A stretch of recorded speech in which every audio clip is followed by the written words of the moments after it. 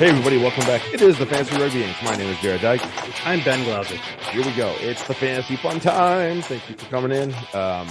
Yeah, I got more to drink over here. I don't know if you do, but I do. So that's I got a splash. I'm not gonna judge you for it. Just don't judge me. Yeah.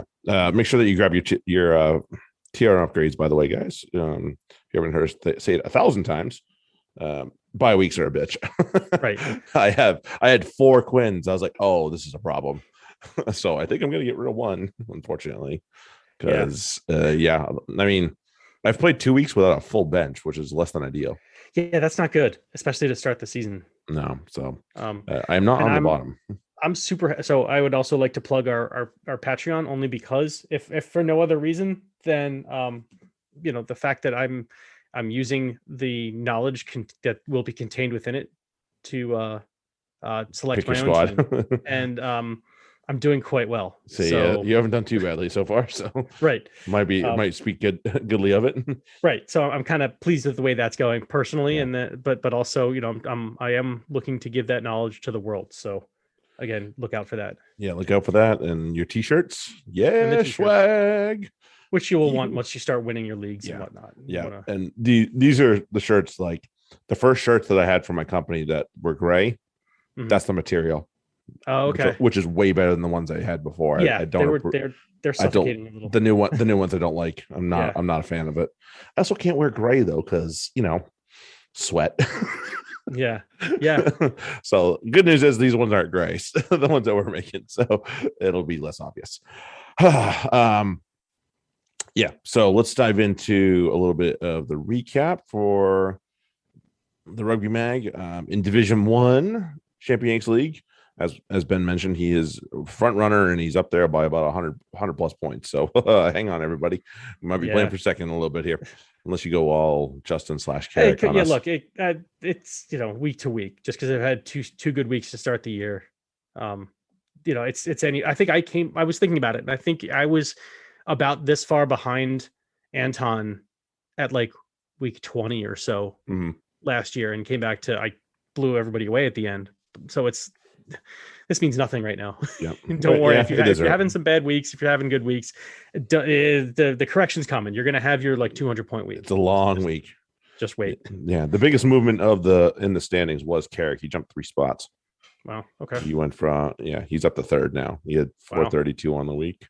I climbed out of the basement. Hooray. Yeah. So it's Ben, Duncan, Carrick, as I mentioned, Justin, Anton, George, myself, and Mark's hanging out down there holding up the bottom. But again, still only 200 points separating everyone. So not a big deal. Very early. It's not time to make fun of Mark yet. Not yet. Nope, not yet. In D2, we have John has taken over first place over there. Franco and Terry both dropped. Leandro jumped a couple spots. Kobus has dropped. Yuri dropped a couple spots, unfortunately. Yuri dropped 1 spot. Sorry, I misread that. And Bob and Larry are still holding up the bottom. Larry is having a tough time. He's scoring 200s at a whack. That's not a good. You're not doing the Yank edge very good here, Larry. Like the American, not American. Let's go. Who had the most points on the weekend in the second division? The most points on the weekend looks like it was John. John had 457. Oh wow, okay, he beat me, bastard. I guess that was a good one. Okay. 457. Yeah, the 2 guys that are near the top are the best rates. And who has the most? What are the top points? Just seeing how they would do compared to our division. 851, 848, 811. Okay. All right. 796. Those are the top 4. Not bad. Okay, so their top 2 would be 2 and 3 in ours. So okay, it's tight. It's not. Yeah, it's no. There's no slouches in that one. Yeah, which is great. It's all we want. It's all we want. Right. We want it to be competitive. No updates from the FRW front from them, but for us, we had our first FRW week. Ben topped Anton 44-27. I fell to George. George had a good week. He scored 69. I had 44 as well, and I got tonked. So there's the difference right there. Duncan beat Mark, and Carrick blew everybody out of the water with 86. Yeah. Beat Well, he had like Justin. Crossdale, I think, and he had a bunch of guys that are. Yeah, he had some good ones. Let's see. Who do you Yeah. have? He had. Where's Which that? one's Am I thinking of which? someone else? Nope, you are probably not. He had Parton, which helps. Parton. He captained Marchant. That wasn't a bad idea. That ended up with him with 18. Simmons had 10. Alex Mitchell had 5 because he scored. His back row wasn't bad either. They all scored. They all put points on the board. Akar was the only one that really killed him. He ended up getting subbed. So yeah, Don Brandt, Luatua, Rogerson in the back row for him all scored at least 2. Don Brandt got 6. Tuasua had 3 as his lock, which because he's lock eligible. That's obviously where his value comes in. Oh yeah, and he had Potter. That's right. Yeah. Yeah, and fucking Sam James fell over the line, so that helps. Yeah. Yeah. Definitively fell over the line is pretty much the only way I could describe that. Kind of the only way he can score a try too. So it seems it, right? Oh shit. So week one is in the books for that. Let's see if I can pull up week 2 here. Come on, baby. I don't know how to even pull up week 1. I can only see week 2. I do. Good thing one of us does. Let's see. I have Anton. You have Mark, Justin, and George do battle, and Duncan and Carrick do battle. All right. So there we go. I mean, very early, a lot to happen, So it'll be very interesting to see how it goes. Yeah, I mean, right now that is our only option for Champions Cup 2, which is fortunate. It's fortunate because we have an option, right? So unfortunate that that's our option now. Yeah, so, but that's where we're at. Can't do much about it. Exactly. Says Levy. Okay. Let's see. We got a little bit of time, so we can play around with this a little bit. I want to get into. So here we go. I want to get into some guys that are highly owned that you think thumbs up, thumbs down as of what you've seen in the last week. Easy one here. Piers O'Connor. Oh, very down on him. Yeah. That's super easy. Yeah. Despite and the I have him. I played him. I didn't play him the first week because I figured Saris would take him down a peg because they generally do. Mm-hmm. But I figured Wasps this would be a good time for him to shine, and no. Mm-mm. He's on bye this week, but Tyrone Green. Yeah, no, I'm good with Tyrone. I have him. He will not last the bye week for me. In that he's one of the first people I'll cut because I want Louis Lina, and because that's also a better backliner to have. So also good. If you could do worse than Green, but you can also do better on his own team. Yeah, right. Yohan Lloyd. No, go with Yohan Lloyd. That's no issues there. Okay. I think he'll be fine in the end. But at the same time, I don't know how many more matches he's going to start. True. There's still a lot to be coming here.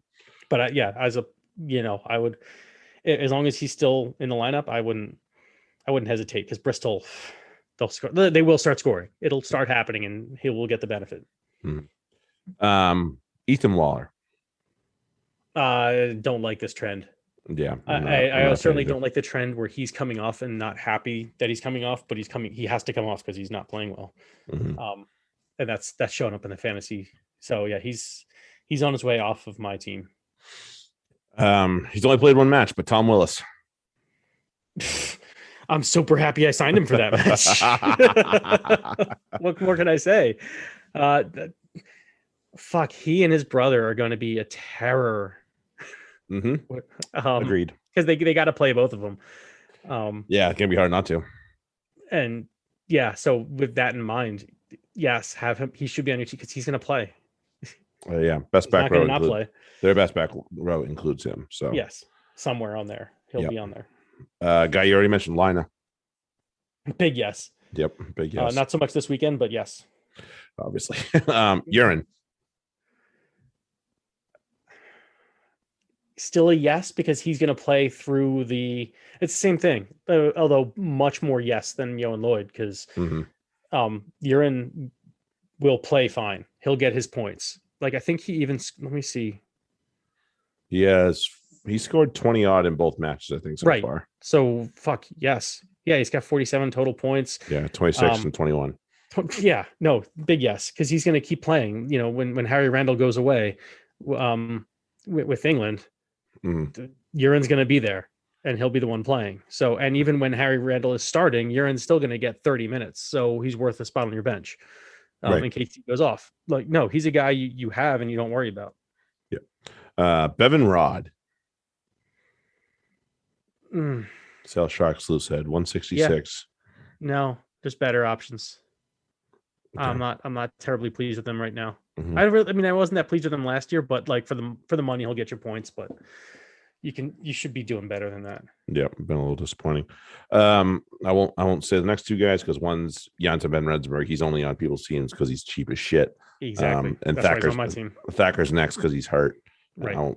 Harry Wells, Leicester second row. Yes, actually, I am a yes on Harry Wells. Right. I if this was fucking 365 days ago, I would have said hell no. Right. Here we are. No, I'm in on Harry Wells, and shoot, I don't have my sheet up that I was talking about earlier, but I think that actually shows Harry Wells in a favorable light last year. I think he actually kind of surprised with how well he did. So yeah, no, he's a yes for me. There you go. It's a big change from certainly our mindset last year around him. Absolutely shocking. Yeah. So your top three props right now, none of which I own at the moment, which is really disappointing. Hoskins, Harrison, and Laheef. Balmain and Carrad are the next two after that. So that's a little as far as owned percent. No, as far as points. As far as points. Well, I mean, you missed Alice Genge, but yeah. Yeah. Besides, oh shit. You know what? I had a setting on there by accident. My bad. Yes, Genge is up there too. Sorry. Genge, Hoskins, Harrison. And Harrison, how the hell did Harrison? How does he have 44 points? Hold on. I have no idea. This is wrong. Something's wrong. Oh, because he had 38. Oh, okay. So that's the thing. He's been on in relief twice. Yep. So he hasn't even started. He's not going to be on your bench, but he's not going to be on your team generally. But yeah, he had 38 points because I guess he went for a bit of a run against right. against the Irish. So yeah, no, don't trust that. That's not a trend. That's one good. So I'd say Genge, Hoskins, and Hepburn are really good. Well, Laheef too. They're tied. Yep. They're Hepburn and Laheef. I would go with. I mean, I have Genge and Hoskins on my team, and I would highly recommend them. Hepburn is one of the only two players who's actually scoring for Exeter. And Laheef you can't trust because that was just a one-off try. Yeah. Oopsie. Yeah, and then top three for Hook are Dolly, McGuigan, and Walker. Keepon and Taylor are right behind them. Wow. Keepon's played well in relief both times. So yeah, he has. So yeah. As far as guys that are out and out locks, Robinson's up there. He's actually one of the best ones right now. JP Dupria, a guy I'm high on. Dino Lamb, Ed Holmes, and the aforementioned Harry Wells. Well, Ribbons is up there too. You missed Ribbons and Rob Simmons. Yeah, I don't know how that my thing is not liking me right now because it keeps skipping over a couple. It's odd, but well, yeah. And Rob Simmons is he's expensive though at 254. He is. So depends on who you like. And JL Dupria, JP Dupria, who knows how much he'll be playing once the starters get back. So I have no idea. Yeah, that's why I'm kind of out on him. Ribbons again, expensive, but worth it. Lamb had the one try. I'm not sure beyond that if I'm just I don't know. Sold on it. Yeah. Since my sheet, right? But then it's down to then Holmes and Harry Wells. So there's Harry Wells. They're solid, yeah. Right. So there you go. Maybe they're both under 2. So there you go. Okay, so let's do since the website's screwing up for me. Let's just skip over to start sit, especially since we don't want to spend all day on this. All right, let's go to the big one at Ashton Gate, Bristol and Bath. Both teams desperate for a win. Bristol, Will Capon likely starting, and Bath have surrendered points to Hookers, so he is a super duper thumbs up. What about Bubbles? Is he not a? I think he's still on the injured list. Yeah, I mean, if it's him, yes, he's a definitive yes. He was so good last year, but yeah, I think Capon is the likelihood as it's trending now. Fair. As you mentioned, Andy Urin still startable here despite the last two performances for the team. he's still scored 20 plus each time. So I wouldn't be too shy about it. A guy I might be a little shyer about is Callum Sheedy right now. Be patient, but if you have another option, strongly consider and maybe shift him to the bench. It says a lot that we're not talking about him. Right. That's the thing. And just because that Bristol machine has not gotten going yet. No. For Bath. A couple guys that we talked about as the youngsters. Ollie Fox, the lesser known scrum half in this one. Definitely a left field play, but might be worth your money because the scrum halves have scored well against Bristol so far. So give it a thumbs up. Orlando Bailey, if Bath are keen to make this about pens, which they might be, not my favorite, but they need a win however you can get it. Another outside the box play here, and I think he'll be okay. Certainly one that you could switch up on people and be like, oh, everybody's playing Sheedy. Well, I'm going to play Bailey. might work. Don't know. Yeah. Anyway, everyone is going to give Ajoma a deserved look this week. Wait until after their bye because up the middle has not been fun for anybody against Bristol. No. He is good though, so I totally see that and I get it. That's the same against Sale too, right? And he still did well against them. So consider it, but we'll see. Yeah, deserved look, like I said, bench spot. There you go. Or no, he played. Whatever. Sorry. Yeah, you're up. All right, I'm up. Okay, cool. Saints versus the Irish. As far as the Saints go, I can only give you this advice: stay away from the props and stay away from Api Ratuna Urawa. Everyone else, go, because they like. Yes, I realize that their wings didn't score so well. Slightholm and Collins didn't score well against Exeter, but again, some positions going to get left out that each week. I'd take a chance on either of them and not worry too much. But yeah, the props don't score well and Appy doesn't score well, but the rest of the team really does. For the Irish, take a look at Mafia if he's starting. As I mentioned him earlier, but Ben White looks like a thing because week 1 he had 17 points, but with a yellow, so that really is 27 points. And then he had 41 last week, and he's at 162K. So potential bargain. He's going to be their starter, it looks like. I don't know how you could not start him after his performances. Right. So, yeah. And basically the entire back line, that's not their 10. Yes, go for it, because they just look like point scorers potentially all around. Ollie Hassel-Collins had a bad week. It happens. So, but he'll be okay. He'll be all right. Don't worry about it. And Rowe will struggle, but they'll have Loader back eventually. Like they'll be fine. Yep, I think so too. They will be fine. All right. Another big one. Worcester and Gloucester at 6 ways. Willie Hines, the catch-up man. Don't hesitate. No more hesitation. Green. Super green. Like, go. Super green, like Chris Tucker from Fifth Element. Yeah. Like, do it. Yep. Yeah, he's definitely a go. I love the way he's fitted. He's done. I love what he's done with that and the way he's fit into that team very well. So, give him a go. Francois Venter was one of the more consistent scorers last season at out of the center position. And if Lawrence is on his game, the South African number 12 will get his chances 100% because they're going to be paying attention to the other guy. So give that. Waller won't do what Genge did against Gloucester, but maybe this isn't quite the week to panic drop him because Gloucester have been surrendering points to props. And we know what Waller's capable of doing in terms of scoring points in this format. So maybe just one more week. We'll see. On the other side of the coin, Ted Hill, must see it now. Great player, not a good fantasy asset for the last year-ish or so. So, got to see it now. For Gloucester, Clement, Morgan, Ackerman, he looked much better like we talked about in the previous pod. Whoever's at 8, 8s are just like enjoying life against Worcester. So thumbs up, rock and roll. Tuasua did well in week 1, and Don Brandt obviously did well last week. So give it a go. Ed Slater, the big man, is back in scoring. Those missing Luvis or looking for an option for a very slow starting Chris Vui. I present to you Ed Slater. Yep. Go ahead. Give it excellent give it option. I picked him up this week. Super happy to pick up him and Willis. So yeah. Good Lord. On the other side of the coin for Gloucester, 12s and Seabrook both at a high ownership percentage that make no sense to me. no go for me, dude. Like, nah, pass. Hard pass on both of those guys. No thank. And then off to Newcastle versus Wasps. Newcastle, McGuigan is a stud. I don't.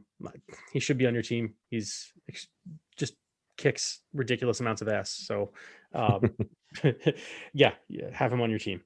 Both locks look like they should score well. They're both fairly consistent. Robinson's scoring a little bit better than Peterson, although Peterson topped him this past week.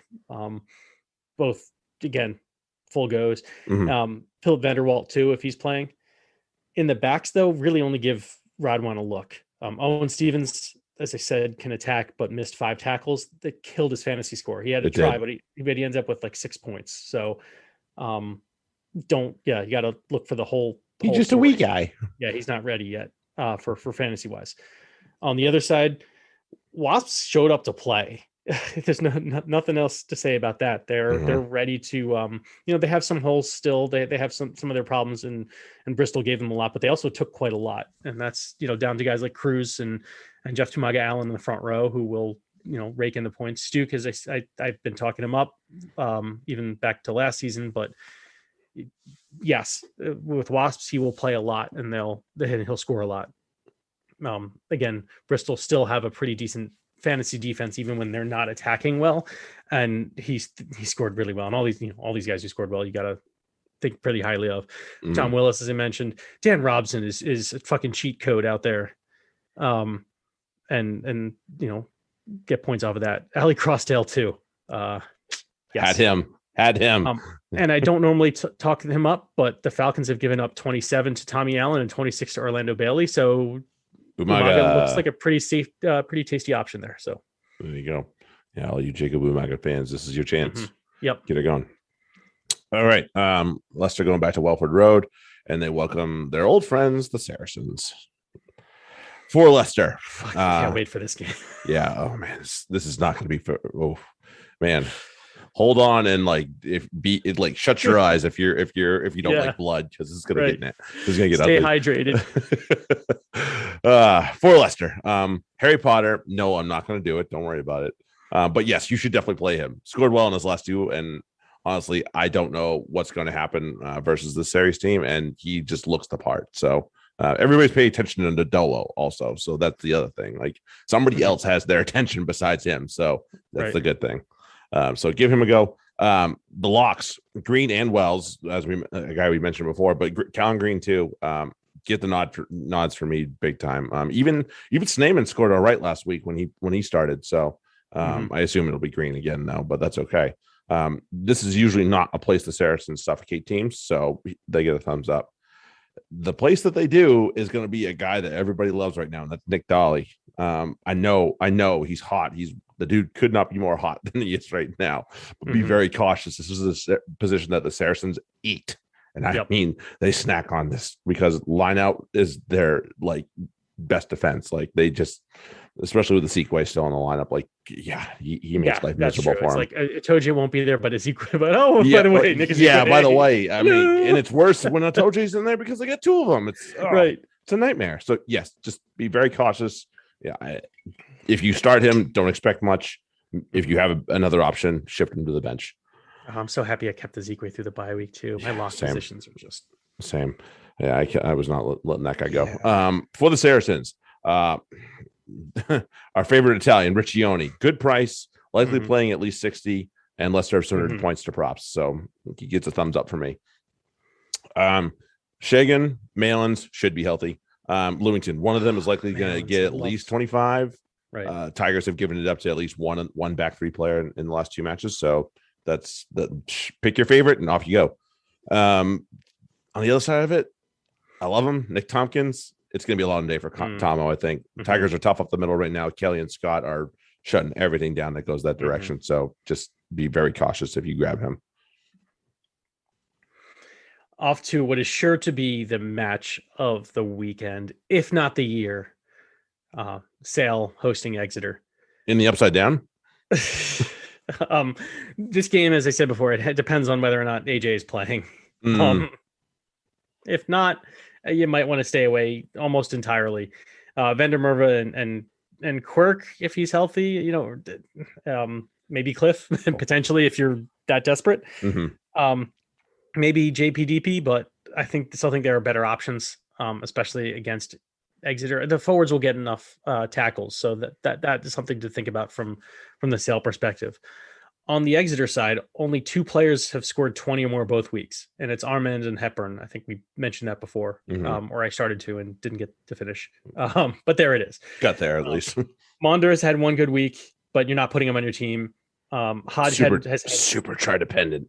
Yeah, do not have him on your team. As I mentioned, look for Ben White. If you're thinking about Maunder, look for Ben White. Yeah, better.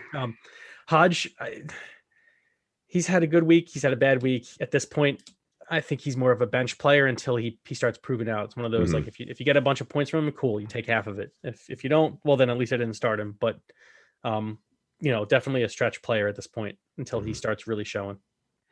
Yeah, I had him on my team last week and I was disappointed. Yeah. I was very disappointed. Right. Start of the week. I'm a huge fan of this guy. Gotten off to a great start. There's been a streak against his opposition this week that at his position, so that's why I'm going with it. If there's anyone that can take advantage of it, it's definitely this big fella. I think. So my start of the week for round 3 of the Prem is the South African-born England hopeful, Saint second row, Mr. David Ribbons. Like it. I like it a lot. As I said, he was on. He was one of my starters because he's not up here Junior Rawa. So yeah, I am too. Yeah. My start of the week is a guy who has a lot of similarities in your description. So I thought at first we were until you said big guy, and then I'm like, nope, okay, never mind. Didn't do the same thing.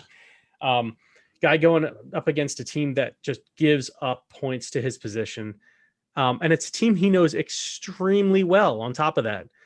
So my start of the week is the incomparable Willi Heinz. Yes. As soon as you said that, I was like, I know where he's going with this. Yeah, Willi Heinz is not a big guy. Love him, but he's not a big guy. Not a big guy. He's on the other end of the spectrum. Right. All right, sit. I might regret this, but I'm going to do it anyway. He's yet to get going, and he's coming up against a very stingy defense. I think we did it. Make no mistake, I love this guy, and I think this season will still be good for him, but this is not the game he gets off the ground. My sit of the week for round 3 of the Prem is Exeter's flyer, Tom O'Flaherty. Oh, okay. Same team. I went with the same team. Okay. And it's a guy who, you normally expect to score reasonably well, but he's always been overpriced. And so I have a fantasy thing against him already because he just doesn't, he's great to watch. He wins for his team. He's kind of like a Faf de Klerk in that he's not going to get you fantasy points, except for here and there. And he really, really, really misses his brother. He very much misses his brother. And again, Sale will shut this position down. So my sit of the week is Joe Simmons. You went with my old friend. Nice. Not a bad idea, just the same. Well, let's put it this way. If he's the sit of the week and it comes to true, mine's probably not going to do a whole lot better. So Exactly. Yeah. Let's put it that way. If you sit one, you probably should sit them both. So. Yeah, I would say so. All right. Let's go to pick 'em. No movement because we both got one of the opposites right. So because you picked Bath, I picked Exeter. I'll say I know the team. Wait for it. Don't tell me.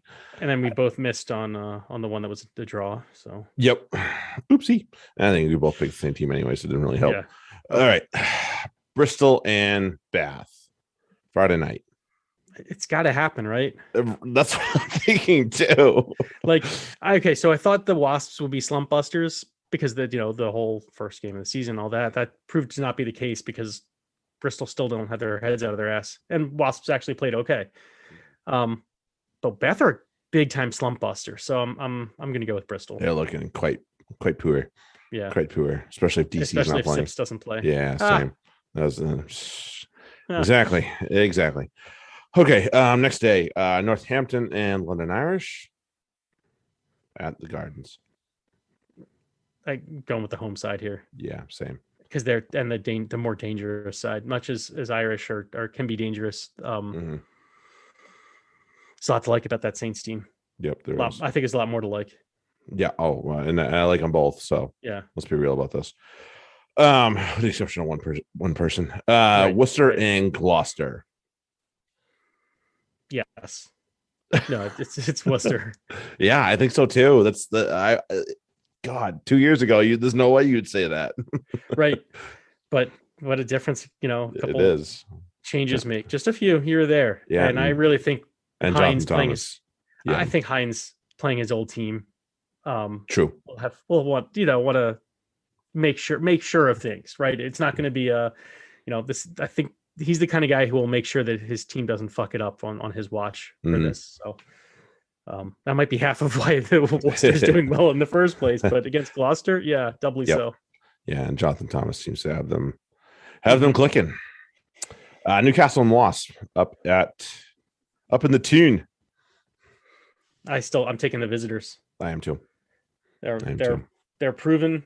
They're battle proven in Newcastle, or And I do like a lot of what's going on with Newcastle, but I do too. I like a lot more of what's going on with Wasp. So Yep, exactly. That says it all. this is probably this is the match of the weekend. Let's be real. Leicester and Saracens. Right. Absolutely. Oh man. Do you go with? I'm taking the Tigers. They're playing too well right now, and I know the Saracens have had 2 weeks to prepare, and if they win, it will be the most hideous game ever. But somehow, some way, I think Leicester used their home crowd to their advantage. So, I'm going with Sarries. Okay. Just because I'm not going to bet against them at this point. And Leicester, yes, Leicester are playing incredibly well, but that we've seen what the defense can do for Sarries. So I'm going to stick with them until I don't know that Leicester are playing that well that they can just pick them apart even at home now. Find out, but I'm not going to be sad if I'm wrong. Let's be real. Right. Let's just establish that I will be okay with being wrong in this game. It's okay. Yeah, this is to me a prove it match for Leicester. I don't really I believe in them, but I don't believe in them until they do something like this. So Sale and Exeter Sunday. Sale. Yeah. I'm looking at this like AJ's not playing. And that is the worst nightmare for Sale. So I'm going to take Exeter. I think Sale's defense can shut down Exeter. And I don't disagree. And I think that they can neutralize Exeter's main attack. So I don't think that it comes down so much to Sale being the better team as Sale, I think, will still figure out a way to get over the line. And I don't know just suffocate them. Yeah. And just choke it out. It's going to be like an 8-6 game or something. Yeah, it might be. Yeah, this might be 13-8 or something like that. Right. Yuck. But I think the home team come away with it because Exeter, I just don't. That they're the opposite of Leicester right now, in that I got to see it because without Sam Simmons, they look pretty butt. Oh, I mean, there's no doubt about that. Not arguing with that one, but I just and also the whole. As much as we don't like him, I don't see how Rob Baxter lets Exeter go 0-3. Just like I don't see how Pat Lam lets Bristol go 0-3. Right. I just don't know that. I think of the two, I think Pat Lam has a bigger say in the matter. Might be true because he's got the better talent right now. Exeter just aren't showing much talent without some of their some of their best player. Yeah, some of their Lions. Yeah, right. Oh, that too. Yeah, all the Lions. It's not just Sam. It's not. There's a couple missing. That's their talent right there. Yep. So it is a problem. Well, I mean, there's a lot to be happening here. Either you're going to be one ahead of me, or I'm going to be way ahead of you. I don't know. Or we're just going to be right back where we found ourselves to begin with. But hey, who knows? That's why they play it, right? That's why I play the games. Yes, it is. Yes, it is. Cool. All right. Hey, so I do hope that everybody enjoyed this. This is more or less what we're going to shoot for every one of these episodes. 2 weeks ago and last week were both very much very much going to be not the usual. So every so often we'll have some long ones here and there. Yeah, that's right. When there's a preview to be made, or we're trying a new league, or there's a violent insurrection, we'll have a long episode about that. But other than that, we'll be okay. Oh God, good Lord. Yeah, we'll keep it short. Let's keep the last one to a minimum, please. Yeah, preferably. Please, pretty please. Please. Please. Okay, cool. But yeah, we appreciate you guys for listening to us and hanging out with us and bearing with us through all this crap. And I believe there's at least a few of you itching to pull that trigger on the Patreon. It'll be there soon. It'll be there soon. It's okay. It will. We appreciate You'll have access to my genius or madness or whatever the fuck it is. We'll go with madness for now. Yeah. And we'll figure it out after that. Oh shit. But until then, we thank you guys for coming along and listening to us babble for a bit. But we will catch you guys next week, and have a good one, everybody out there. Later. Cheers.